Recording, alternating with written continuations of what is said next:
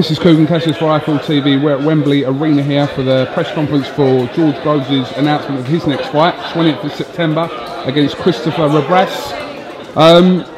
What do you think about this move from George straight after the Froch defeat back in May? Well, I mean, it's kind of an impressive move because he's back very quickly. To announce a fight, you know, it's not even been 2 months since the big fight, and to be going forward so quickly is a very good thing for him career-wise.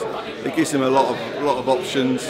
You know, Rebrasse isn't the biggest name in the world, but you know, he's got a ranking, he's got a record, and he's got a European title. So you know, from a lot of point of views, it moves it forward. If he wins this, it gets him in a really good position. He can look for a title fight December, January, something like that, and you know, suddenly he's right back in there. There was a lot of obviously speculation about who he would go in with in September. There was a lot of talk on social media sites about Kessler and Abraham, but you're not surprised that he's gone this route for a direct approach into securing another world title shot? No, not really. I think you know, Saul and promote Kessler and Arthur Abraham, but the trouble is, how are they going to? They've got to look after their interests as well. They're not going to suddenly say, Arthur Abraham, you're going over to England to get knocked over by George Groves.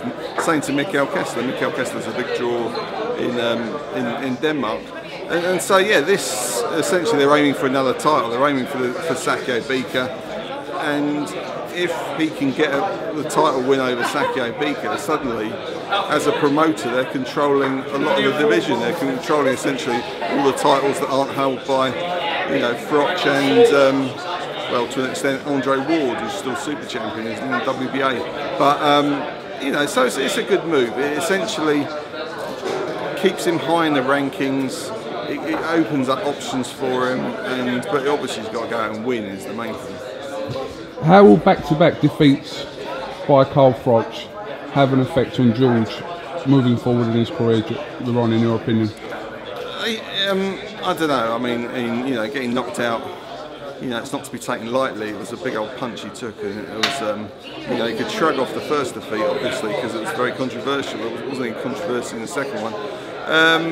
You know, so only he'll know, but that was a very high level defeat, and he's still in you know, compared to the other guys around him, he's very young. I mean, Froch is, you know, Froch, Kessler, Bika, they're all well in their 30s. You know, so against that, he's got a lot of years on him. You know, if he stays active, he stays positive about it, there's no reason why he shouldn't bounce back.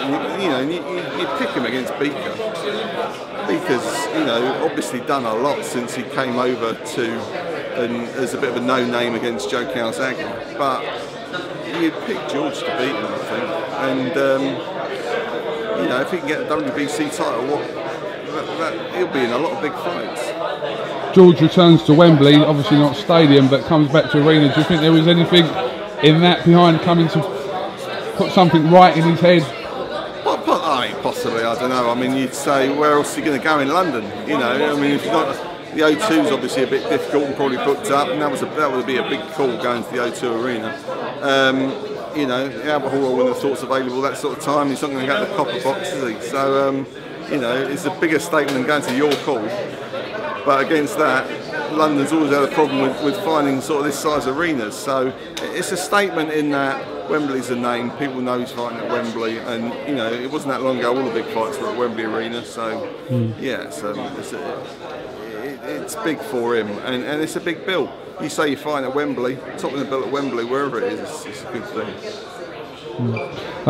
Can we see you here, Ron, if we pan? Are you in the crowd? Yeah, I bunked off school. Actually, I don't know if that, you did it in 2 days. I was at Wembley Stadium and Queen, and I bunked off school to go to the Friday night, and I was over, I think I was over that side. If that's the front of the stage, I was over there. There somewhere. It could be.